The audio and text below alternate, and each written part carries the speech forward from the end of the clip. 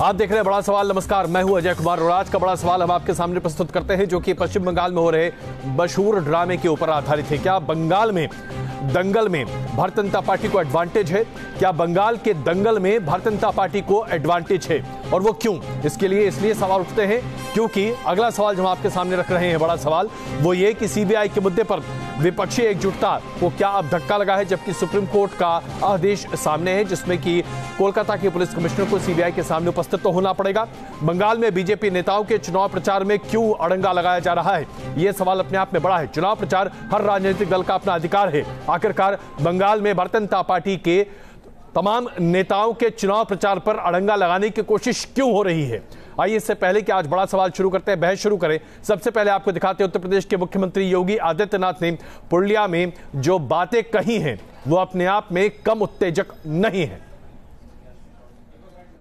विपरीत परिस्थितियों में इस देश को संबल दिया था। आप सब जानते हैं ये बंगाल की ही धरती है जिसमें रामकृष्ण परमहंस जी ने अपनी आध्यात्मिक साधना के बल पर लोगों को एक नया संबल दिया था और पूरी दुनिया के अंदर रहने वाले हिंदुओं को कहा था स्वामी विवेकानंद ने कि गर्व से कहो हम हिंदू हैं। शारदा चिट फंड घोटाले की जांच सुप्रीम कोर्ट ने दी थी सीबीआई को और सीबीआई उसकी जांच कर रही है, तो सीबीआई के कार्य में किस प्रकार की दखलंदाजी होती है? इन राजदारों को बचाने के लिए किस तरीके का कार्य यहाँ की मुख्यमंत्री कर रही है। और आज जैसे ही सुप्रीम कोर्ट का फैसला आया उन्होंने यू टर्न किया, कहा कि हम तो सहयोग करने को तैयार हैं। योगी आदित्यनाथ बंगाल की धरती पर सीधे ममता बनर्जी जो कि मुख्यमंत्री हैं बंगाल की, उनको ललकारते हुए दिखाई दे रहे हैं। इसमें कोई शक नहीं है कि अब यह लड़ाई एक अगले स्तर पर पहुंच चुकी है। नलिन कोहली भारतीय जनता पार्टी से, अखिलेश प्रताप सिंह कांग्रेस से, अतुल अंजान सीपीआई से, बिनोय सिंह टीएमसी के नेता और संदीप महापात्रा आरएसएस से इस वक्त हमारे साथ जुड़ चुके हैं। आप सबका स्वागत है। शुरुआत मैं करना चाहूंगा अतुल जी आपसे। हम बातें कर रहे थे, कल भी आप 5 बजे न्यूज नेशन पर बहस में मौजूद थे और आपने कहा था कि किस तरीके से लोकतंत्र का गला घोटा जा रहा है। क्या आज भी सीपीआई ये मानती है कि लोकतंत्र का गला घोटा जा रहा है, खास करके तब जबकि सुप्रीम कोर्ट ने स्पष्ट तौर से कहा कि कोलकाता पुलिस कमिश्नर को सीबीआई के सामने उपस्थित होने में कोई दिक्कत नहीं होनी चाहिए और अब उन्हें होना पड़ेगा? ऐसे में ममता बनर्जी के इस पूरे धरने को आप किस तरह से देखते हैं अतुल जी?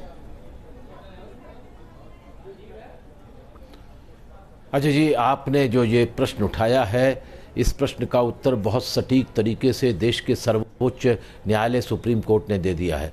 इस देश के अगर संविधान में विश्वास है तो सर्वोच्च न्यायालय में विश्वास करना उसकी एक गारंटी ही नहीं है। यह आपका पक्ष प्रस्तुत करता है कि आप देश के संविधान में विश्वास रखते हो कि नहीं।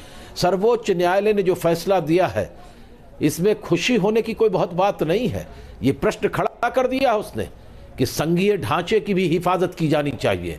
और एक बात मैं आपसे कहना चाहता हूं, देश की सरकार के जो मंत्री हैं वो सारे सरकारी पैसों पर देश के विभिन्न राज्यों में जा जाकर जो प्रेस कॉन्फ्रेंस कर रहे हैं और सुप्रीम कोर्ट के फैसले को जिस तरह संविधान पार्लियामेंट के सामने निरूपित कर रहे हैं, क्या ये उचित है? मेरे फाजिल दोस्त, बहुत काबिल दोस्त हैं जिनका नाम है रविशंकर प्रसाद, वो कानून मंत्री होने के बाद भी सुप्रीम कोर्ट के फैसले पर बात कर रहे हैं और उसकी विस्तार दे रहे हैं। मैं कह रहा हूं गिरफ्तारी तो नहीं हुई ना? जो मुख्य सवाल था 60, 65, 80 सीबीआई के अधिकारियों को भेजकर पुलिस कमिश्नर की गिरफ्तारी के सवाल को सुप्रीम कोर्ट ने रोक दिया। और मैं समझता हूं ये संघीय ढांचे की हिफाजत है और संघीय परंपरा की हिफाजत है। इस बात को सुप्रीम कोर्ट के न्यायविदों ने बहुत गंभीरता से सोचा है, मैं उनको सलाम करना चाहता हूं। और लेकिन एक बात और कहना चाहता हूं कि भारतीय जनता पार्टी के नेता प्रेस कॉन्फ्रेंस करके कह रहे हैं कि सीबीआई अब जो है मेघालय में शिलोंग में जो है वो बुला करके पुलिस कमिश्नर से बात करेगी। ये किसने कहा? ये तो बात सरकारी नोटिस में बाद में आई है। भारतीय जनता पार्टी के लोग अब सीबीआई के प्रवक्ता हो गए। कानून मंत्री जी इस बात का ऐलान कर रहे हैं कि शिलांग में बुलाया जाएगा, और अभी आया है गृह मंत्रालय का नोट 4 बजे आया है, और उससे पहले से 11 बजे 12 बजे से ये क्या हो रहा है? आपने जो मुद्दा उठाया अतुल जी, इज्जत को इस तरह से शर्मसार किया जा रहा है। आपने जो मुद्दा उठाया उसका जवाब नलिन कोहली जी दे रहे हैं। नलिन जी, ऐसा क्या वाकई में स्पष्ट है कि भारतीय जनता पार्टी के प्रवक्ता और नेता अब दरअसल सीबीआई के प्रवक्ता बन चुके हैं? सीबीआई क्या करना चाहती है इसका पूर्वानुमान आप लोग को पहले से लग जाता है, जैसा अतुल जी कह रहे हैं? और पश्चिम बंगाल के संबंध में क्या आप मानते हैं कि वाकई में यह सीबीआई की जीत है या बीजेपी की जीत है?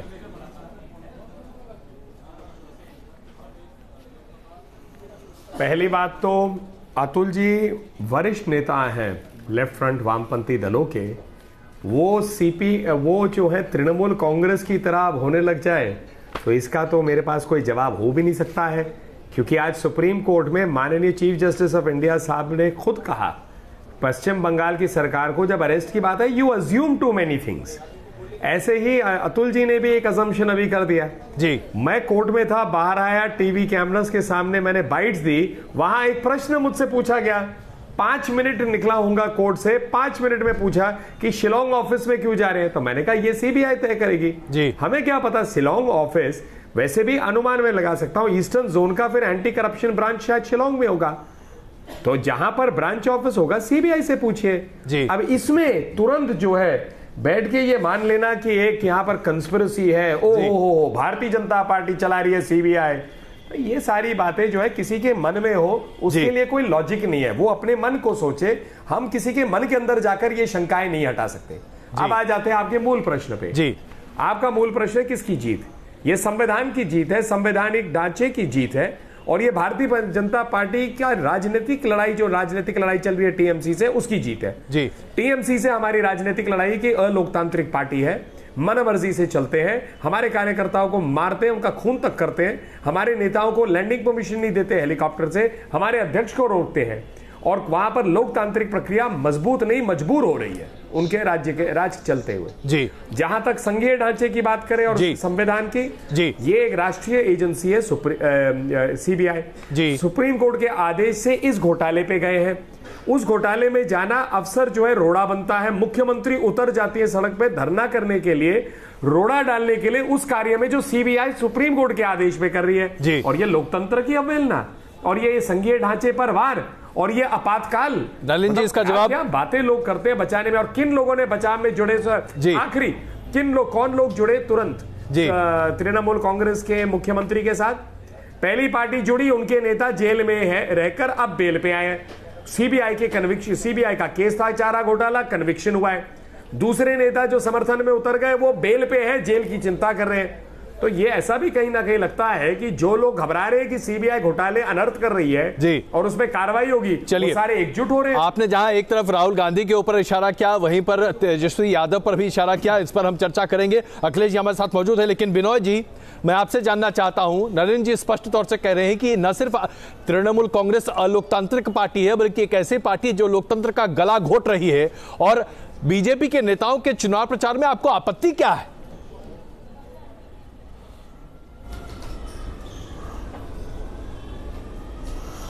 बीजेपी के चुनाव प्रचार में आपत्ति तृणमूल कांग्रेस को कहीं भी नहीं है जी। अगर आपत्ति होती तो इतने मीटिंग भाजपा के नेता पश्चिम बंगाल में नहीं करते जी। और मैं नवीन जी से यही पूछना चाहता हूं, भारतीय जनता पार्टी से, कि क्या आज सुप्रीम कोर्ट के ऑर्डर में कहीं लिखा गया है कि शिलोंग में सीबीआई जांच करेगी? तो सुप्रीम कोर्ट के ऑर्डर में शिलोंग का कहीं नाम नहीं है। उसके पहले भारतीय जनता पार्टी के प्रवक्ता और नेता कैसे टीवी पे कह गए कि शिलोंग में जांच होगी? इसकी पता उनको कैसे चल गई? किस आदमी ने उनको कहा? तो इससे यह प्रमाणित होता है कि सीबीआई को गुलाम बना के रखा है नरेंद्र मोदी की सरकार और भारतीय जनता पार्टी। नलिन जी एक बार फिर स्पष्ट कर दीजिए, सीबीआई को गुलाम बना कर रखा है नलिन जी आप लोगों ने? वह भारतवर्ष की आम जन जी नहीं, आपने विनोद जी अभी सवाल उठाया, अभी नलिन जी इसका जवाब दे रहे थे। मैं नलिन जी से आग्रह कर रहा हूं कि एक बार फिर आपको उसका जवाब दें। नलिन जी जवाब दीजिए साहब। देखिए, अब मैं पहली बात तो ये कहना चाहूंगा अजय जी, बड़े श्रद्धापूर्वक विनय जी को भी जी, कि ऐसा है कि सुप्रीम कोर्ट के ऑर्डर की ना किसी व्यक्ति को अपना इंटरप्रिटेशन नहीं करना चाहिए। सुप्रीम कोर्ट जो कहता है बड़ा स्पष्ट कहता है। सुप्रीम कोर्ट, अरे जनाब, ऐसे एक दूसरे के ऊपर बात करेंगे तो जनता को लगेगा कि आप मेरा गला घोटना चाहते हैं, मेरी बात सुनना नहीं चाहते। अच्छा विनोद जी आग्रह है आपसे, विनोद जी सुनिए जरा नलिन जी क्या कह रहे हैं प्लीज। आप भारतवर्ष का गला घोट रहे हैं, आप संविधान का गला घोट रहे हैं। अच्छा, लेकिन अभी हम नलिन जी का गला ना घोटे। विनोद जी आइए जरा नलिन जी को बोलने का मौका देते हैं। विनोद जी प्लीज एक मिनट, प्लीज एक मिनट साहब, विनोद जी प्लीज एक मिनट जी, नलिन जी अपनी बात रखिए। प्रेस के सामने का हाँ मैं कहां से बीच में बोल रहे हैं। मैं आदी नहीं हूं कि किसी व्यक्ति की बात को टोकूं जी। मैंने इनकी बात सुन ली, या तो इनका ऑडियो नीचे कर दीजिए, बोलते जाए, इनकी मन की इच्छा भी पूरी हो जाएगी। जरा सुनने दें नलिन जी का। हाँ बिल्कुल प्लीज। देखिए अतुल जी भी कह रहे हैं, नलिन जी बोलिए जी। विनय जी जरा खामोश। धन्यवाद। आज तो आपके शो पे वो अचंबा हो गया है जहां लेफ्ट और राइट दोनों एक ही भाषा बोल रहे हैं। पर धन्यवाद आपका अतुल जी जी। मैं ये कह रहा था कि पहली बात है कि सुप्रीम कोर्ट का आदेश होता है जी। हम लोगों को, मैं एक वकील हूं, कोर्ट में रोज जाता हूं, किसी आदेश के पीछे जाकर उसके अर्थ निकालना उचित नहीं होता है। सुप्रीम कोर्ट में ये थोड़ी ना है कि कहां लिखा हुआ है और कहां लिखा होना चाहिए। उन्होंने कहा he should submit himself to the agency and cooperate. जहां एजेंसी को अपना कोऑपरेशन चाहिए वहीं बुलाएंगे। अब शिलोंग, मेरा अनुमान है, मैं सीबीआई का प्रवक्ता नहीं हूं, लेकिन शिलोंग में जरूर उनका एंटी करप्शन यूनिट होगा और हो सकता है शिलोंग में हेडक्वार्टर हो जी। ये अभी आप वेबसाइट पे चले जाइए, गूगल पे मिल जाएगा। अगर उनका हेडक्वार्टर वहां पर है तो ऑब्वियसली ईस्टर्न जोन की सारी कार्रवाई और केस फाइल्स और सारे डिटेल्स वही होंगे, तो वहीं तो बुलाएंगे ना, थोड़ी ना। अगर उसको चेन्नई बुलाया जाता राजीव कुमार को, तो हो सकता है एक प्रश्न बनता। चलिए, और मैं कह रहा हूं कोर्ट से निकल के 5 मिनट के बाद टीवी चैनलों पे बोलते समय टीवी वालों ने यह प्रश्न मुझसे पूछा, शिलोंग क्यों? चलिए, तो 5 मिनट में हमें क्या अनुमान है, टीवी वालों को अनुमान था। अब ये क्या मानते कि पूरा मीडिया जो है भारत सरकार और मोदी जी और अमित शाह जी के नेतृत्व पे काम कर रही है? अच्छा चलिए, अखिलेश जी मैं अब आपको यहाँ चर्चा में शामिल करूं। नलिन जी ने अपने वक्तव्य में स्पष्ट तौर से कहा कि चिंता वो लोग कर रहे हैं जो दरअसल या तो सजा याफ्ता है या जेल जाने की तैयारी में है, इंक्लूडिंग राहुल गांधी बेल पर है। बीजेपी के हर नेता ये कहते हैं और इसीलिए आपको ममता बनर्जी से सहानुभूति है। अखिलेश जी देखिए, तो अंग्रेज भी हमारे नेताओं के लिए इसी तरह का व्यवहार रखते थे और इसी तरह फर्जी मुकदमों में फंसाते रखते थे। अब अंग्रेजों के मित्र लोग यहाँ बैठे हैं, वो भी वही काम कर रहे हैं जो अंग्रेज छोड़ गए हैं। हम आते हैं मुद्दे पे जी।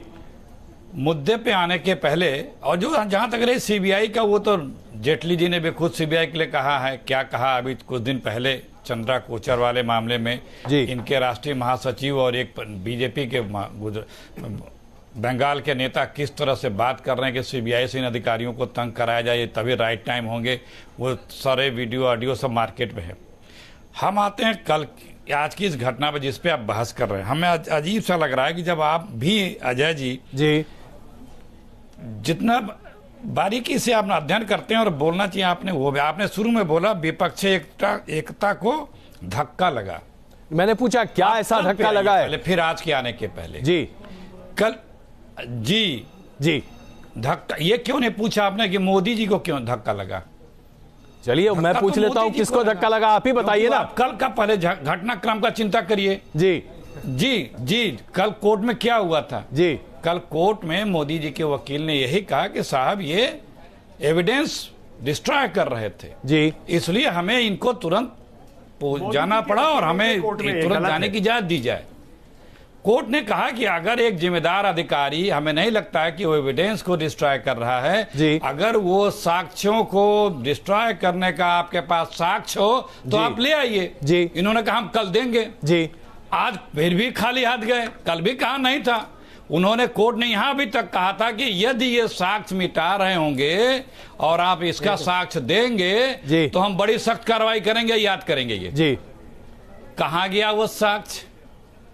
कहां गया वो? बताया जा रहा कि 40 लोगों के साथ इसलिए टूट पड़े थे कि कश्मीर का कोई आतंकवादी जैसे हो। वो पुलिस कमिश्नर है, आप 5 साल में कुछ नहीं किए, चुनाव आ रहा है तो आप जो जांच कर रहा है उसको तो आप ढूंढ रहे हैं, और जो लोग दोषी हैं उसको आप अपने यहां मिला करके अपनी पार्टी ज्वाइन करा करके उसे तो माल खा रहे हैं। वो तो 40,000 करोड़ खा रहे हैं। आप लोग क्यों खा रहे हैं? वो लोग जिनके पास है वो आपके पार्टी में मेंबर हैं। और जो एसआईटी का चीफ था उसके आप छापा मार रहे हैं। वो छापा यदि आप थ्रू प्रोसेस कोर्ट से परमिशन ले लिए होते तो आज बीजेपी के चीफ साझेदार नहीं होती। और अब मैंने आपको इसलिए याद दिलाया कि कल क्या कहा था कोर्ट में। चलिए, आपने कई बातें एक साथ रखी। नलिन जी इसका जवाब देंगे, कानूनी पहलू पर भी वो रोशनी डालेंगे। नलिन जी एक सेकंड। अच्छा बताइए जी, बोलिए अखिलेश जी, प्लीज बोलिए अखिलेश जी। अजय जी देखिए, दूसरी बात, सुप्रीम कोर्ट ने यहां तक कहा कि आप इस अधिकारी को अरेस्ट नहीं करेंगे। दूसरा और बड़ी चीज कही कि आप इसे तंग भी नहीं करेंगे। यह भी जजमेंट में लिखा है। अब क्या बचा भाई? नलिन जी इसका जवाब दीजिए, फिर मैं संदीप महापात्रा जी के पास चल रहा हूँ। नलिन जी डिस्ट्रॉय कर रहा था, बीजेपी की साख तार हो गई है, कम से कम कांग्रेस ये कह रही है। नलिन जी एक सेकंड में चुप, मेरी बात पूरी हो तो मैं खुद चुप हो जाऊंगा। नहीं, आपने बहुत लंबी अपनी बात रख ली अखिलेश जी, बहुत लंबी अपनी बात रख ली आपने। प्लीज बहुत सवाल उठाए भाई साहब। एक सेकंड, बहुत लंबी बात रखी, मैं उसका जवाब दे रहा हूँ। 4-5 चीजें आपने कहा, जरूर मैं आपको बता रहा हूँ, जवाब दे रहा हूँ, खुशी से बता रहा हूँ। प्रोड्यूस करिए, इसीलिए मैं बताता हूँ। पहली बात तो मैं, अरे अखिलेश जी थोड़ा सुन लीजिए भाई साहब, कल स्वयं कहा अरे राम जी। नलिन जी प्लीज। हो गया अखिलेश जी, मैं कह दूं धन्यवाद। आप लोग जजमेंट अखिलेश जी पहले मैं आपकी तारीफ करूंगा, आपके साहस के दाद करूंगा मैं जी। बहुत मुझे खुशी हुई कि आप कितने साहसी व्यक्ति हैं, जो मतलब आज आपके शब्दों में ये निकलने गया, आज आपके शब्दों में ये स्पष्ट हो गया है कि जो कल सुप्रीम कोर्ट में कमेंट था, ऑब्जर्वेशन था माननीय चीफ जस्टिस साहब का, आज उसके उपरांत उन्होंने ऑर्डर दे दिया और आप उस पर प्रश्न उठा रहे कि ये ऑर्डर कैसे दे दिया जब मटेरियल नहीं दिया। तो आप कह रहे हैं कि आज कोर्ट ने गलत निर्णय दिया है।